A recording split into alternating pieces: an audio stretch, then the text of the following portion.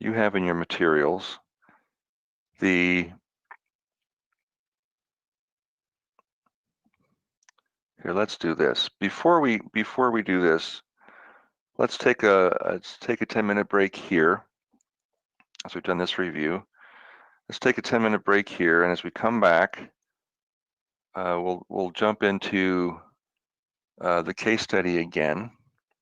But this time, you're going to be a reviewer. You're going to put on the hat of the customer, an evaluator.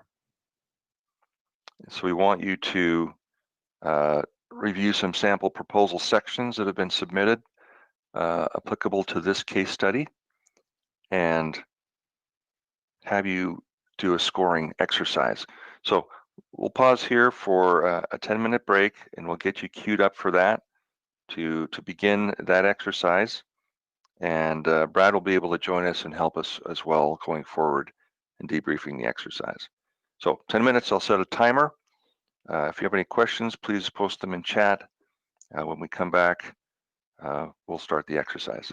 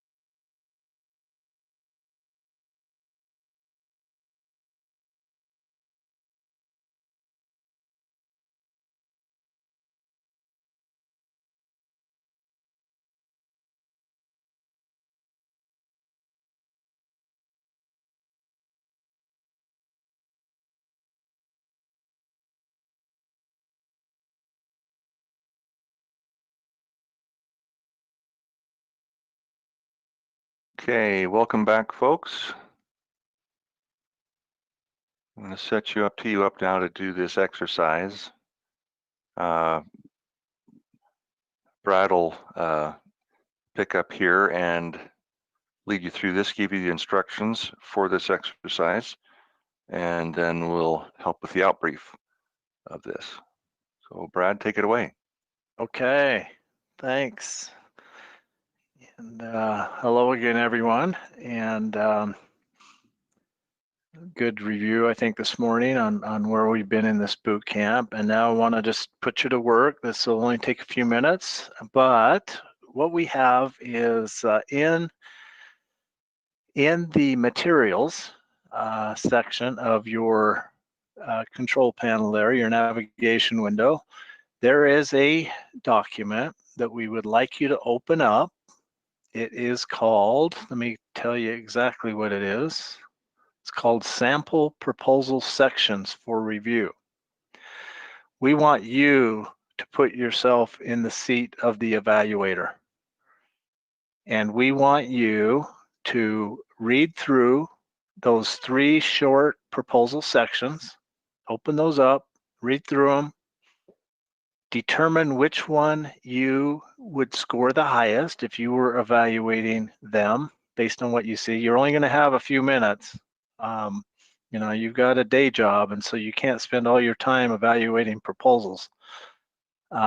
We want to know then afterward what influenced your decision. But we'll actually open that up for discussion and chat. But so your first order of business is open those 3 proposal sections in the materials tab, read through them, and then I'm going to open a poll and you say which one you would have chosen given the highest score. And then we'll get back together. I'm going to give you only, okay, Morgan, if you go to the materials tab in your go-to training control panel, if you open that up, you will see the sample. It says sample proposal sections. It's a PDF document. Sample proposal sections. Open those up and you'll find those, and we'll open the poll and I'll set a timer. I think we're only going to give you about, we'll be generous, give you 6 minutes for this. All right. So, very generous. Off you go.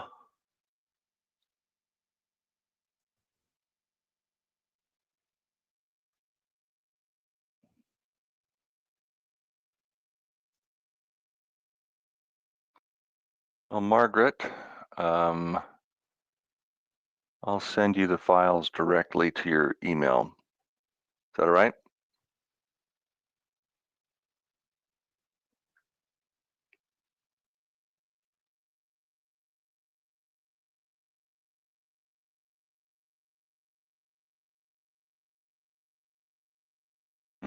Scott, you're in the same boat. Rochelle. Oh, Brad, we may need to give him a little bit more time.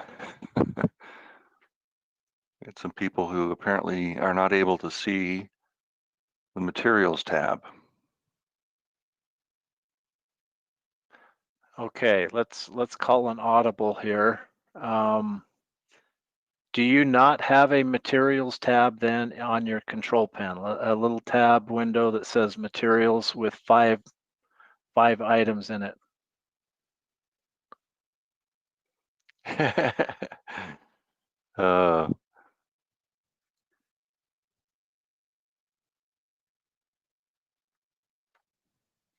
Okay, Rachel found it.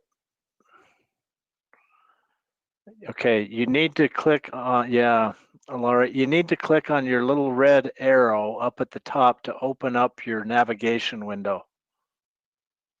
You need to open that window up so that you'll see a materials line item, a materials tab. I am sharing my screen, but you guys can't see my navigation window, so it makes it hard.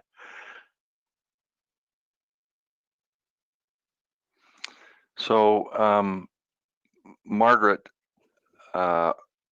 are you in, when you talk about a modules tab, that's in Shipley Online. We don't need you to go to Shipley Online. We want you to use the materials tab in Go to Training. So you have that arrow that helps you to hide the control panel. Let's see.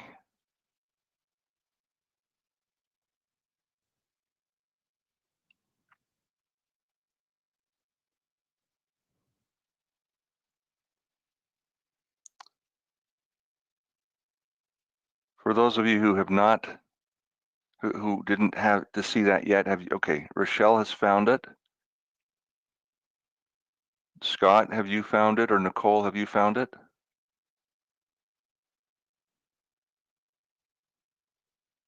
Okay, no, that's all right. Thank you. Margaret found it. Thank you very much. Nicole, are you okay as well? Nope. Okay.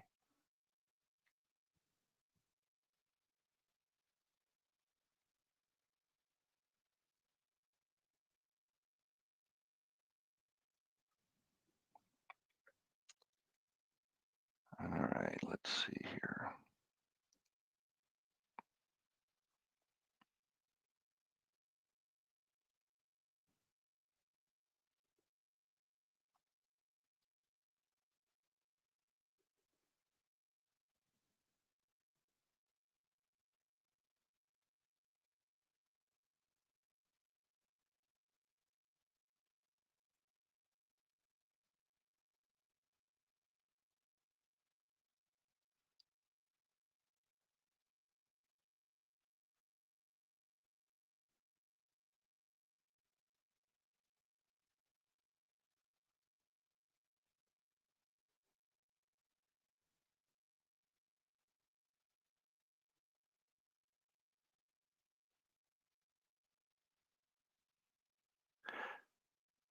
There's no rush, but I'm going to open up the polling.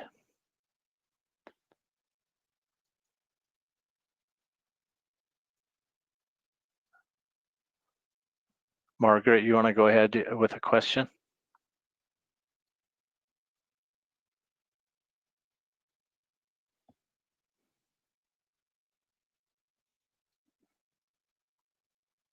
Margaret?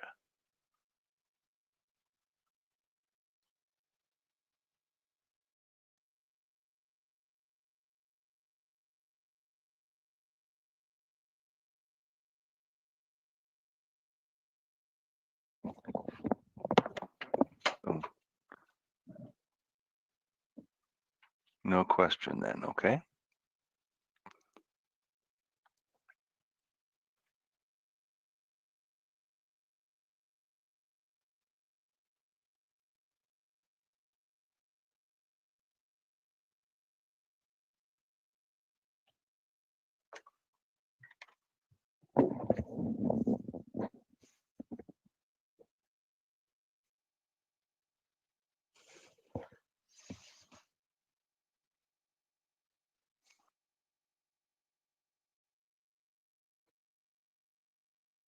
Nicole, I sent it to your the email, your email.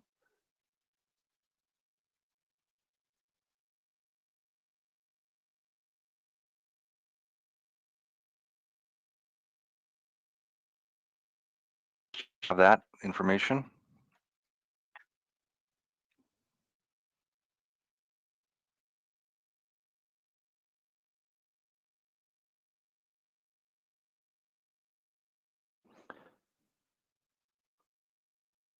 Keep on voting if you've been able to find it.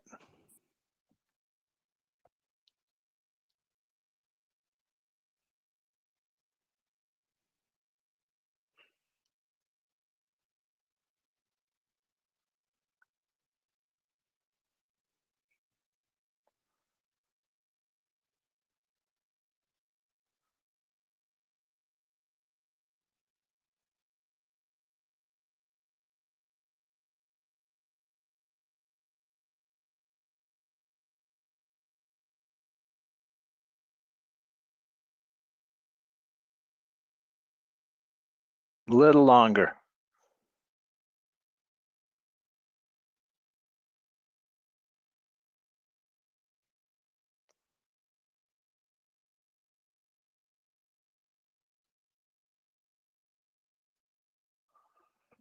Okay, for the sake of this exercise, you can see the results there. So we have a disparity in favorite proposal sections. We've got a little half Vibrant, and then some Omega and some Stark. So, you know, the question we have to ask ourselves then is, you know, why? Let's see, can you guys see my screen, Kelson?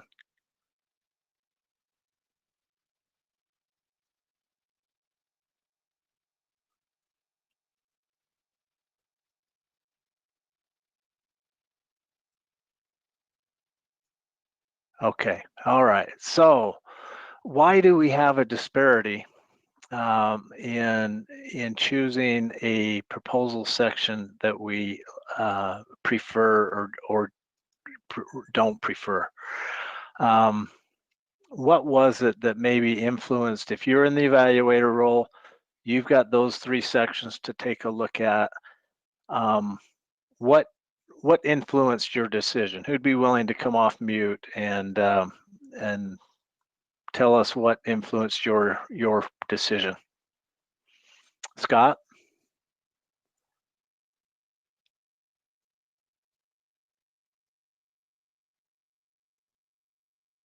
Okay, Margaret says that she had a short time to review, so she just went right to the headings and reviewed the headings. Can you John, hear me? yeah, go ahead. Sorry. So same thing, there wasn't enough time to really read through everything, but the Vibrant headings were really clean and concise, and it seemed like it was laid out without a whole lot of extra fluff, and seemed to check all the boxes. Okay. The layout, the look, Jennifer? I would say also, in addition to being clear and concise, it was, it actually had real names associated with the key personnel, which as somebody who is hiring into the government, I think you'd want to know who is actually going to be the representatives and what their skill sets are. Great point. Good. Laura? I was going to say something along the same lines. I felt like the Vibrant proposal was more personalized and, you know, it didn't feel as cold, I guess, as the other 2. They just had a lot of verbiage in them, where I felt like Vibrant actually was trying to make a personal connection. Good. Okay. Jonathan? Thanks. I concur with and echo the sentiments of what the last few folks have said.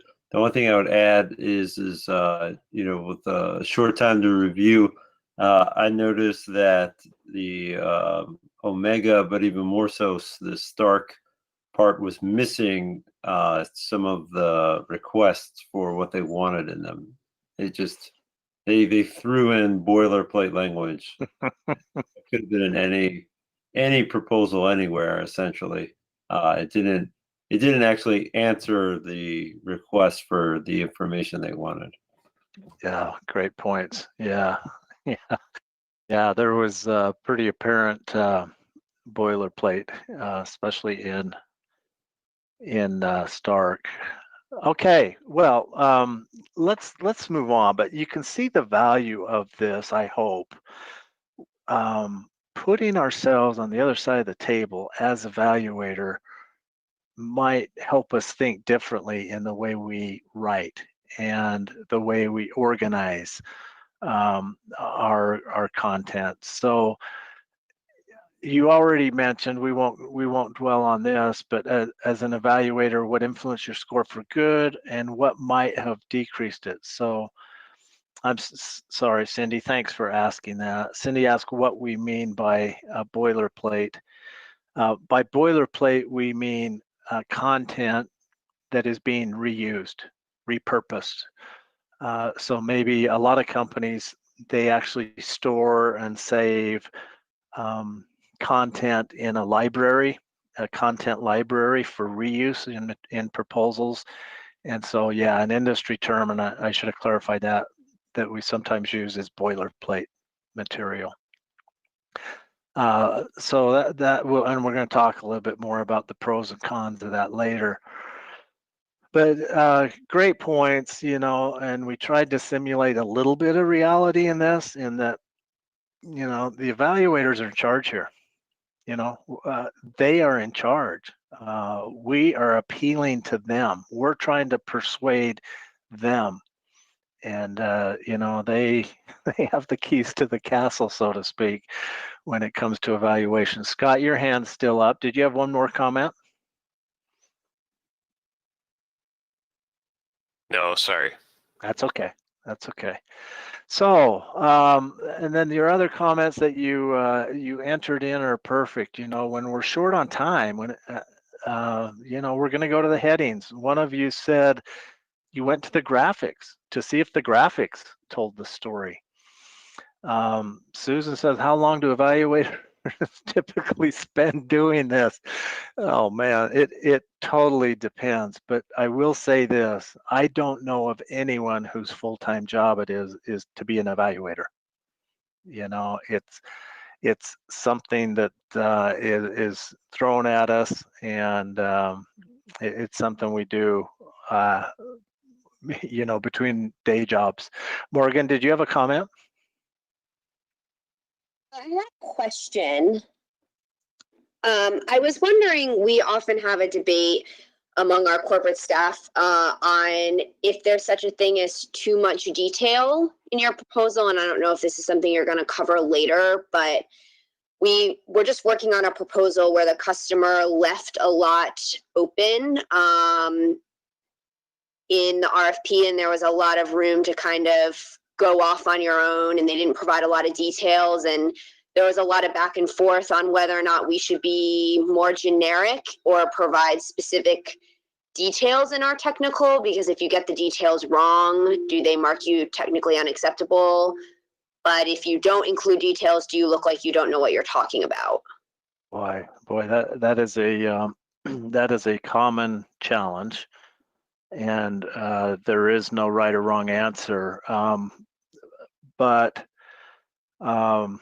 this is where, if we think back to Capture on Monday, and we talked about the customer assessment, we talked about the different types of buyers. You know, there's a technical buyer, there's a financial buyer, there's other stakeholders. To the extent that we know who might be evaluating and how technical they are, you know, do they have end users doing the evaluation? That might help us answer that question a little bit. Is we need someone on our proposal team thinking like a technical user. So how much information, but again, there's no right or wrong answer. It'll be debated and it'll be questioned, but how much information is enough for that technical reviewer, for example? And then same with the management volume, you know, how much is enough and how much is too much. So I wish I had an easy answer, but the best thing to do is try to find someone on your team working the proposal that can kind of be in the head of the technical user. Because that's likely. You're welcome. Brad, if I might add to that answer, once we have the answer, is that if the customer wants detail, or you strongly suspect they do, what's very important is to have main points and main messages stand out and not get swallowed up in the detail buried in the narrative of long paragraphs or other content. So stay tuned today as you'll hear a number of best practices that will help make the important information stand out so we don't lose the main points within the detail, no matter how much detail there is.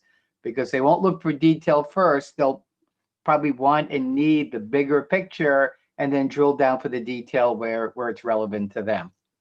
Thanks, Brad. Thank you, Dennis. Thank you for the question, Morgan. So this little exercise we did, sorry, we had challenges finding that, but it's a fun little exercise actually to do with your teams because it gets people to think differently. They start to think, oh, yeah, this must be what it's like to evaluate these things. Can you imagine reading through 120 pages of that stuff and 4 different bidders? You know, it's painful. So, but here in this, even in this course, we mostly agree on what influences an evaluation score, what's good, what's not so good, but what makes it so darn hard? Here's something to think about. Don't cheat, don't use a calculator, don't talk to your kids at home or whatever. Chat in your chat box, what is the answer to this simple 3rd or 4th grade math problem? Just type in the answer, the chat.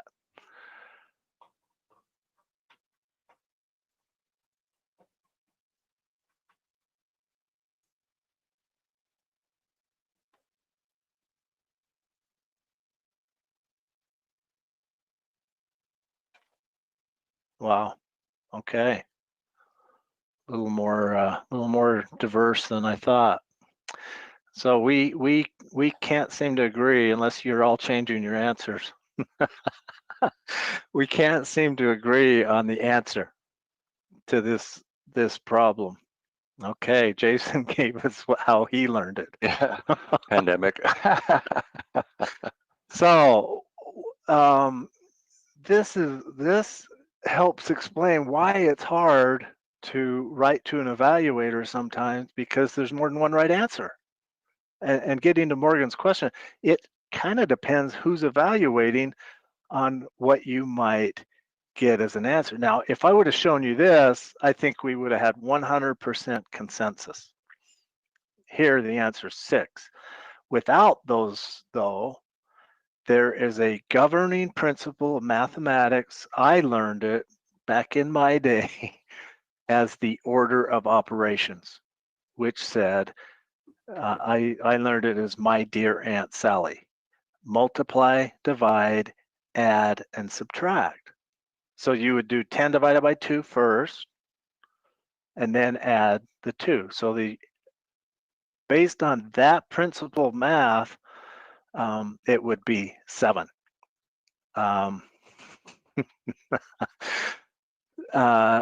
But if they put parentheses around it, it's different. So why does this matter? It's because there is more than one right answer when responding to an RFP.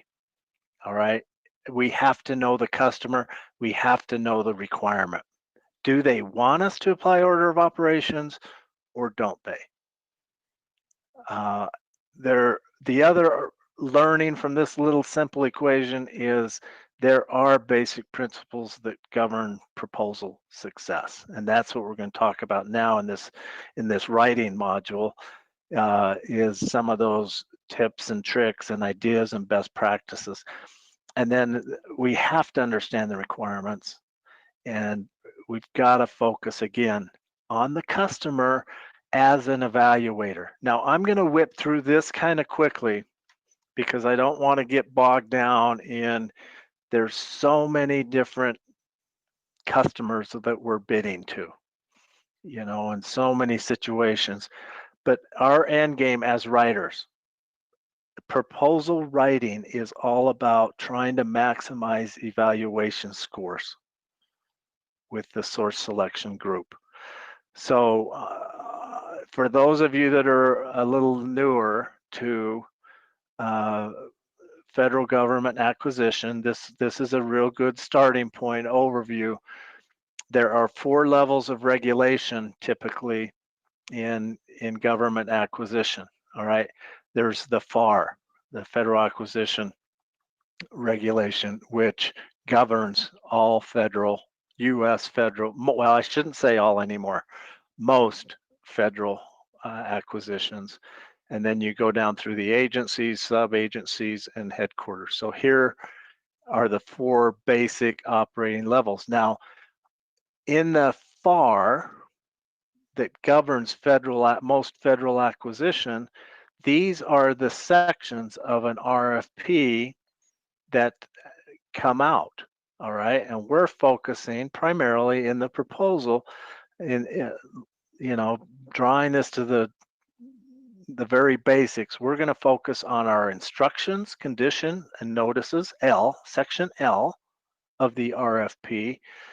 And what are they going to evaluate us on? What are the factors? And many times they'll give us the actual weighting.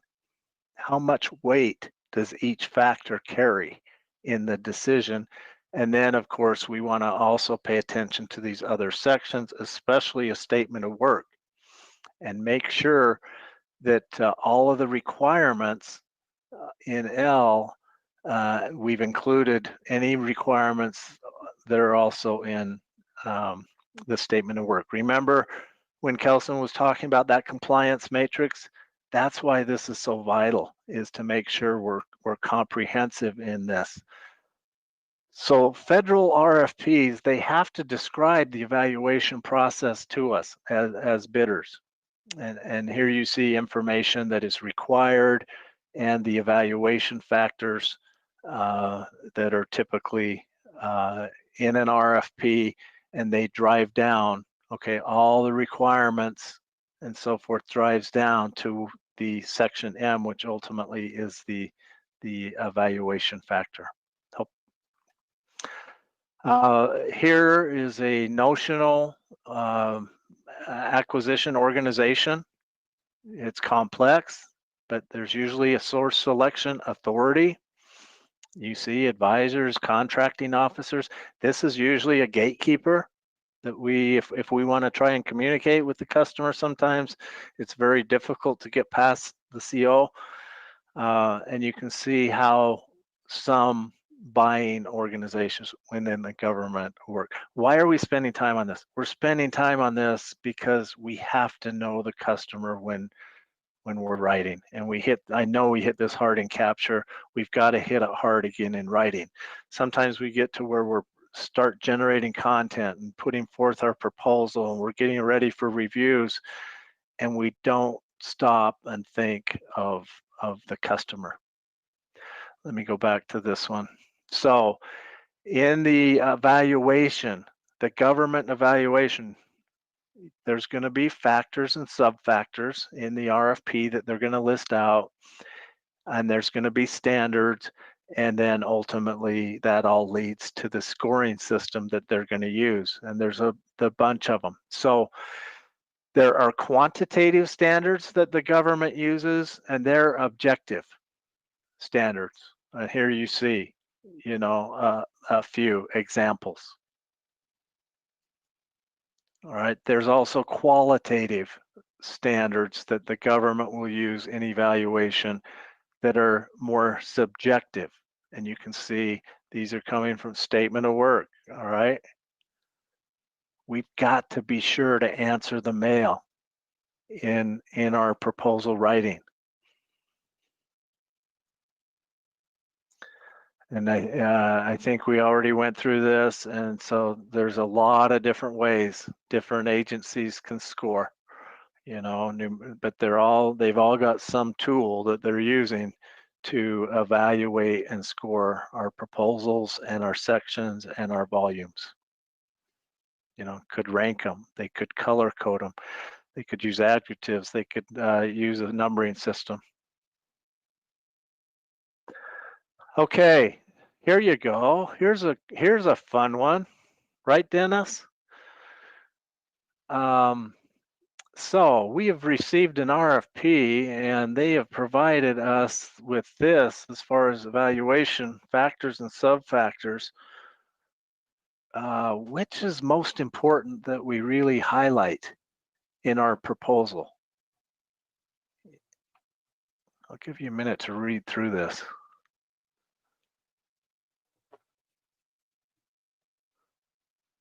We didn't make this up.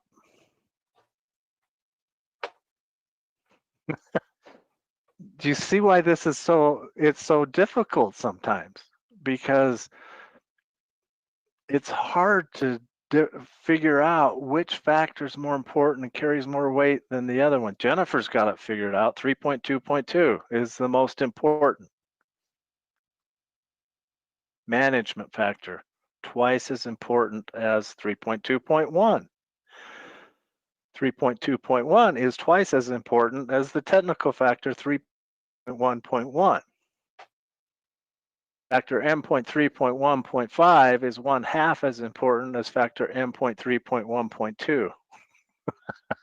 Okay, I hope you get the point. It is a little bit tricky. We have to, though, be completely responsive. So if the government says, here's the weighting, total of 360 points are going to be awarded, and these are the areas that they're going to be awarded in, boy, look at that. There's our focus. That's how we're going to organize our proposal. Okay.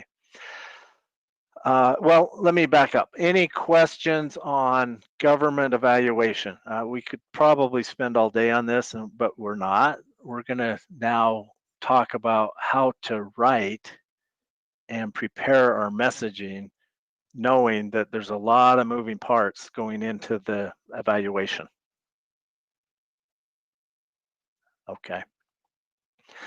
Okay, yesterday I put out a chat real quick just to see if any of you at all were being involved or were interested in GSA FedSim acquisition, and some of you said you were.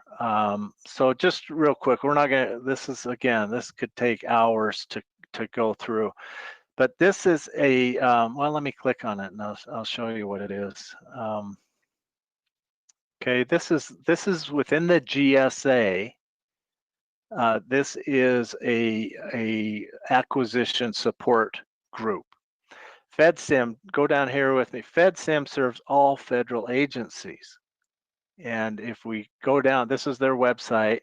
These are all the different federal agencies that are now using FedSim as an intermediary to help them through an acquisition. So FedSim is kind of an agency within an agency, so to speak. I'm trying to really keep this simple.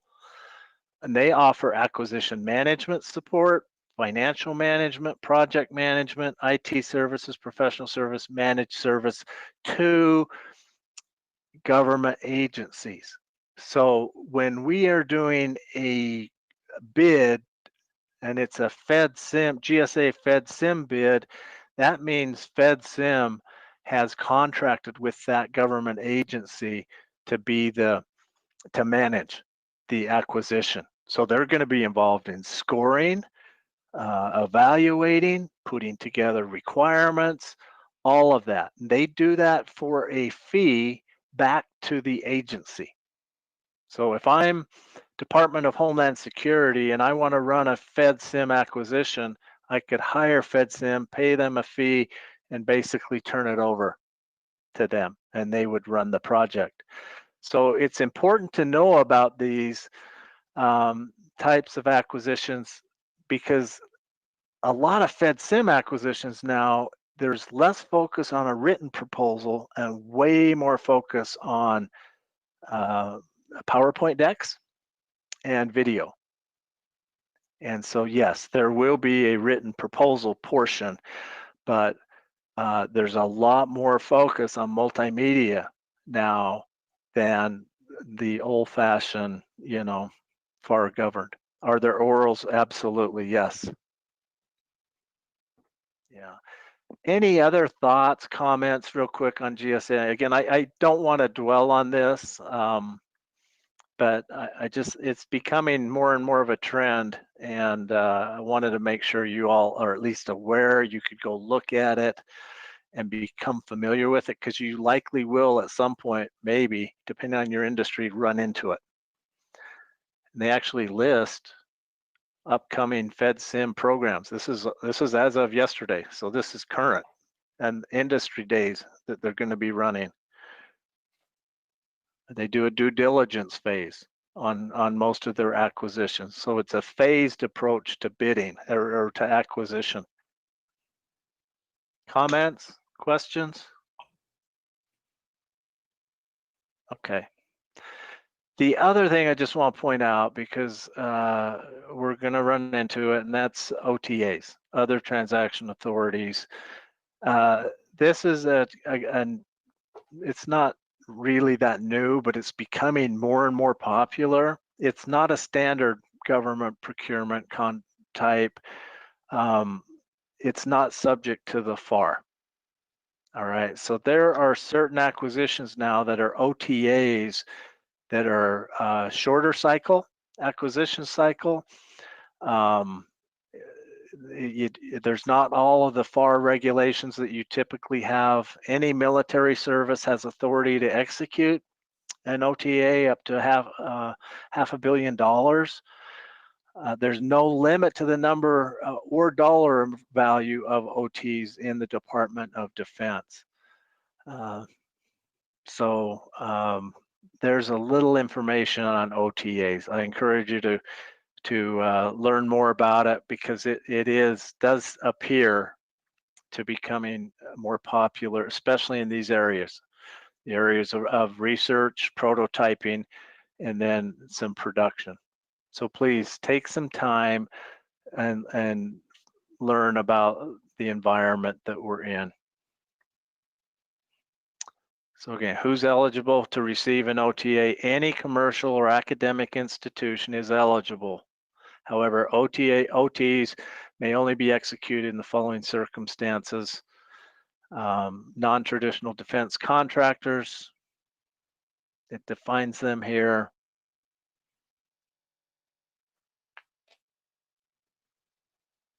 Okay, so just tuck that away, share it with your team as needed. Okay, we're not going to take time to do, quote, an exercise, but I want to pause here and kind of go to where we started on Monday a little bit. We've now kind of walked through this opportunity from capture. We've teed up the proposal by setting up an outline, a compliance matrix, made assignments, writing assignments, all of that. If you had a chance now to ask, before actually polishing up this proposal and getting it done, if you had a chance to ask the capture manager a question, do you have a burning question you want? If you're now the proposal writer or proposal manager, do you have a question you'd like to ask to the capture lead?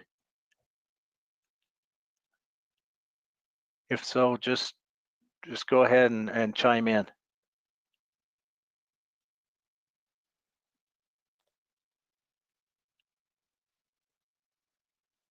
Okay, and that's fine. The point here is we need to keep the communication going. Even though we're in proposal development phase, we have got to continue to communicate with our sales lead, our capture lead. Okay, Kelson went through this, I know, and so I'm just gonna, only in the spirit of refreshing, he went through the 7 characteristics of proposals that give us the best chance of winning. That information didn't just appear, and we didn't just make it up. I mean, that is from years and years and years of assessing globally in all kinds of industries across different sectors and coming up with those standards. And here you see what they are. So as we move more and more now into the actual content development, we want you to keep this in the back of your mind, because this is what gives us the best chance of winning and can create some separation between us and competitors. So have we been responsive? What about the quality of our writing? Are our visuals and graphics good? Have we made it easy? Go back to that exercise we did just today. Have we made it easy to evaluate? A lot of you commented that that's why you chose Vibrant. It was the easiest to evaluate. And then also keep this in the back of your mind, these customer focused writing indicators. So are we naming the customer before us? Are we naming the customer more often than us? Have we made it clear to them that we get it? We know why they're wanting to buy, what the acquisition is about, their buying vision. Are we prioritizing their hot buttons? Kelson, I know walked through hot buttons yesterday a lot. Proof statements, are we validating them? Are we focusing on the benefits? We're going to talk about organization of our content here in just a second, and value proposition. So here are some guidelines. Take these to the bank. If we want to improve our evaluation potential scores, if we want to improve the readability of our proposals through our writing, take a screenshot of this and save it. Okay, short, coherent, logical paragraphs, less than 7 lines, 8 lines. Don't produce chunky paragraphs. Use lists. We're going to talk about that. Active voice. Keep sentences under 20 words. All right, go back in that exercise we did a little earlier. How many long run-on sentences did you see in there? Headings. Some of you mentioned that as the reason you liked Vibra, is the headings gave you a roadmap. The time was short. You were in a hurry. They directed you. Graphics need to support the sales message, substantiate every claim we make. Preview graphics in the text before they appear. We shouldn't just plop a graphic on a proposal page without introducing it in the text. And then be consistent. Be consistent with these things. It would not make sense to have paragraphs of 25 lines in our technical volume, but we go over the management volume and our paragraphs are nice and short and concise, 6, 7, 8 lines. Be consistent throughout. Benefits. You saw in those 10 customer focus indicators, we can't stress this enough. It is too easy for us to revert to old habits of just talking about us, kind of like Omega and Stark did, and not focus on the so what, why us. So just chat real quick in your chat window. What's the benefit of an umbrella? Anybody, just chat it.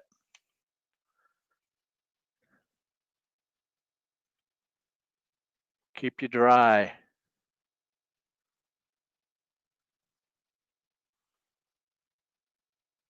Protection. Rain. Most of us think of rain, right?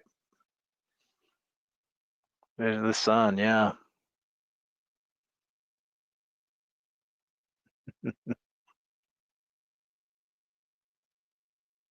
Okay.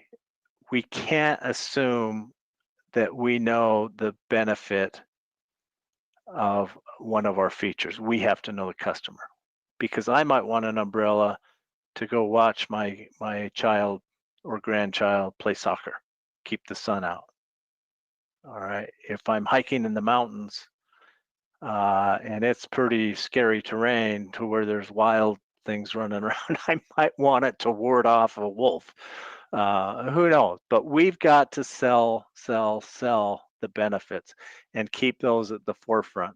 So again, as we continue through our writing, our proposal writing, keep benefits in mind. So we're using this mnemonic power.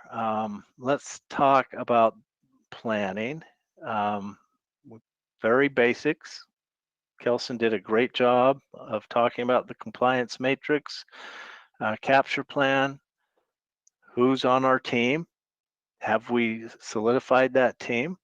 Gather opportunity information, hot buttons. Do we know competitors? Do we have at least a notional idea of what it is we're going to sell? What's our solution? Those are the basics. We plan by writing to the evaluators. We just talked about how the government evaluates. They're human.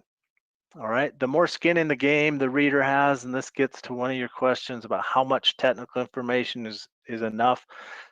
If they really have a lot of skin in the game, then they're looking for something very, very compelling. Political, for example, is someone that has a political interest in the outcome of a bid. They're going to look at a proposal perhaps a little differently than someone who has less skin in the game. Okay, what are they motivated by as readers?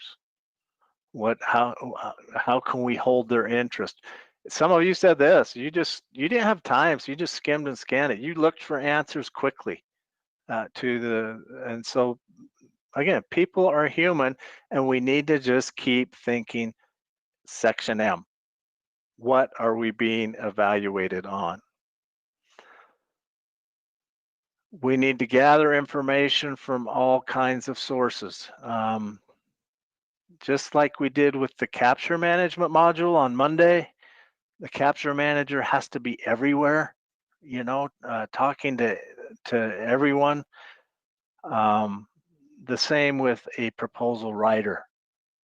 We can't be just barricaded in, well, right now, our homes or home office or a cubicle and not reach out to people.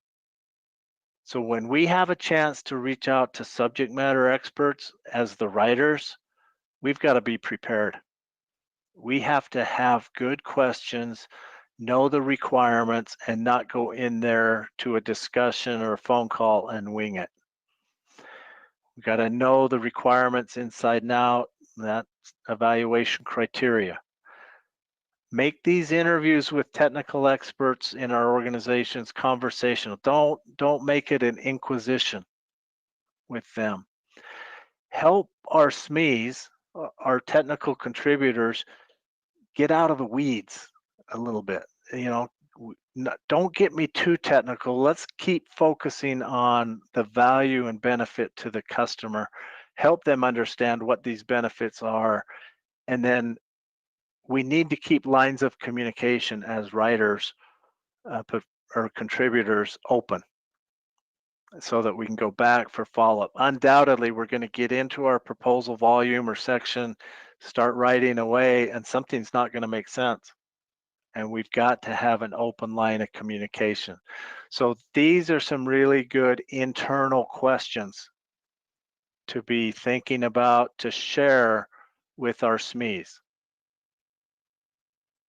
Okay, we might ask our technical expert, what pitfalls might this approach bring on? What should we avoid? If we're going to propose this in our CRM system to essential specialty gear, what is it that we need to avoid? What traps do we need to avoid? What differentiating features does our CRM have? Good questions to ask internally. And of course, anything that influences the requirements. The more we know, mostly this is going to come from the capture manager or from my program manager or maybe someone on the leadership or technical team. But what are those customer issues and requirements, and what are they based on? This is such a big one, these unstated requirements, but we have to be careful. We can't go off on a tangent and address a lot of requirements that aren't written down. We have to be careful not to deviate too far from the stated requirements. This is where responsiveness comes in. know what they are, weave them into our response, but don't go off on a lot of alternative solutions that they haven't asked for. Kelson covered this, and this is a reminder. Writers, please, we have to know what's motivating the customer. What is it they're going to value the most? Because that's what we have to message to. So think case study for just a minute. Think specifically about an area we've kind of been focusing on in this boot camp. One sub-factor is they're very concerned at this government commission about transitioning from their legacy system. They've seen other agencies fail, where they've invested a lot of money in digital transformation only to see it fail. So we've got to, now we're putting the writer hat on, we've got to know what these hot buttons are in order to write compelling content. We've provided you this section planner. This is really a data collection tool. It's in your materials, the share file that you downloaded. If you don't have a place to gather data as a section contributor or writer, use something like this, where you can take your proposal outline, you can then go requirement by requirement and answer each one of these. What is the underlying issue for that requirement? What are we going to sell? What's our solution? The benefits, discriminators, past performance, risk. We've got to think about risk. Are there some key visuals or a key visual we could use in our section? Then there's a place for theme statement and a summary, and we'll come back to that. But information section planner, use it, adjust it, make it your own, but use it as a good repository. Here you see one partially filled out. All right, where here's that first requirement, that first fact transition methodology. The underlying issue is they've got to know that it's seamless. All right, that it's not going to interfere with their business. So this, again, it's a tool, it's a template. Use it, make it your own, let it work for you if you don't have something like that.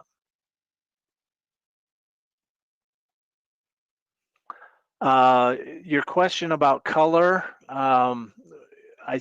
that gets, I hate to say this again, but it gets to knowing your customer. If your customer's really progressive, and you can go to their website, their agency website, and see what kind of color scheme and thing they're using, that's a good barometer.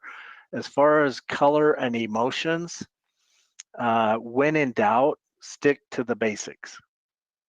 If there's any question that using red or using some color that might cause certain emotions, if there is a concern or question, then avoid it. That's just kind of my default. But you can look at their website and information for some color schemes. We've mentioned before how important perception is. When we're doing that bidder comparison analysis, we're doing our P-win, and we keep coming back to that to see where we're at. We've got to remember, it is perception. It's how do they perceive us? Thank you, Nora, for that. And then a reminder, as writers now, putting on the writer hat, the communicator hat, we've got to make sure these win strategy elements are integrated into our messaging. Okay, we know that we don't always get this. We know we don't always get this from the capture managers and so forth. So just a reminder, some planning best practices to keep in mind. Understand, know who the core team is and their roles. Gather as much information as we can. Ask good questions. Tap all resources. Participate in kickoff meetings. If we've been assigned to write the technical approach on this ESG project, we ought to be at the kickoff meeting. And we ought to hear the opportunity background and all of that information. And then always, here's another screenshot if you haven't already. I would capture. This is a good checklist to see if we are keeping up with customer focus in our writing. Okay, good comments, by the way, in the chat windows. Thank you for all of you sharing that. When it comes to color and formatting, you should have that slide. If not, hopefully you can just take a screenshot of this. But yeah, you should have this in your materials. If you all find, okay, you got it. Thank you, Susan. Okay, we're going to take a full hour break, and but it's not all break. This is a boot camp. We're working. We are proposal and capture professionals, right? So we don't stop. We're heroic. So here's what we would like you to do. While you're taking a break, we'd like you to do a little work as well. If you go to Shipley Online and you click on, if you go to the modules, I'll click in there real quick. Okay, I'm on modules. If you scroll down to day 3, which is what we're on, day 3 proposal writing, there's the proposal guide. So don't forget about that. Make sure you've got that saved somewhere. But here's the exercise we want you to do. There's a short paragraph that has been written. We would like you, because we believe good writing is often rewriting. We're not always starting with a blank page. So we'd like you to take that paragraph, open it up, it's just in Word, rework it. We've talked about what customer focus is. We've talked about those guidelines, short paragraphs, preview the graphics, less than 20 words in a sentence, customer first, customer focus. Rewrite that. Just take a shot at it. Imagine you've been given that paragraph and you've been asked to make it better. So open that up, rewrite it, and submit it. Submit it right on Shipley Online. And Kelson and I, as soon as we get a chance between sessions or over the weekend, we will give you feedback as quick as we can. And then just take some time, get familiar with that proposal section planner. If you could use an information gathering tool like that, get familiar with it and see if that can help you. So the only real assignment then is certainly you can catch up on others that we've given you. We know we're asking you to try to apply a lot, but go in and rewrite that paragraph and then submit it and see where we go. Jonathan, please. Sorry, I put something in the chat a bit ago regarding the FedSim slide. Is that in the deck download, or is that something you guys added? Yeah, sorry. We did. I added it after yesterday's chat. So it's right off of their homepage though. If you Google GSA FedSim, you'll see the exact stuff. Same thing with the OTA thing? OTAs, I'll tell you what, it's probably overkill, but we have an OTA briefing that a lot of clients have asked us to share with them because it's becoming popular. So let me post that in the materials. So watch for that when you come back from break, and I'll post it in our materials in the go-to training window, and you can download and I'll put it in PDF so it doesn't consume a bunch of space, and you guys can have that whole OTA briefing. Great. Thank you very much. Okay. Any other questions? Okay, we'll set a timer and turn you loose and reconvene in 1 hour. And thanks for hanging in there with us during that initial exercise. Talk to you soon.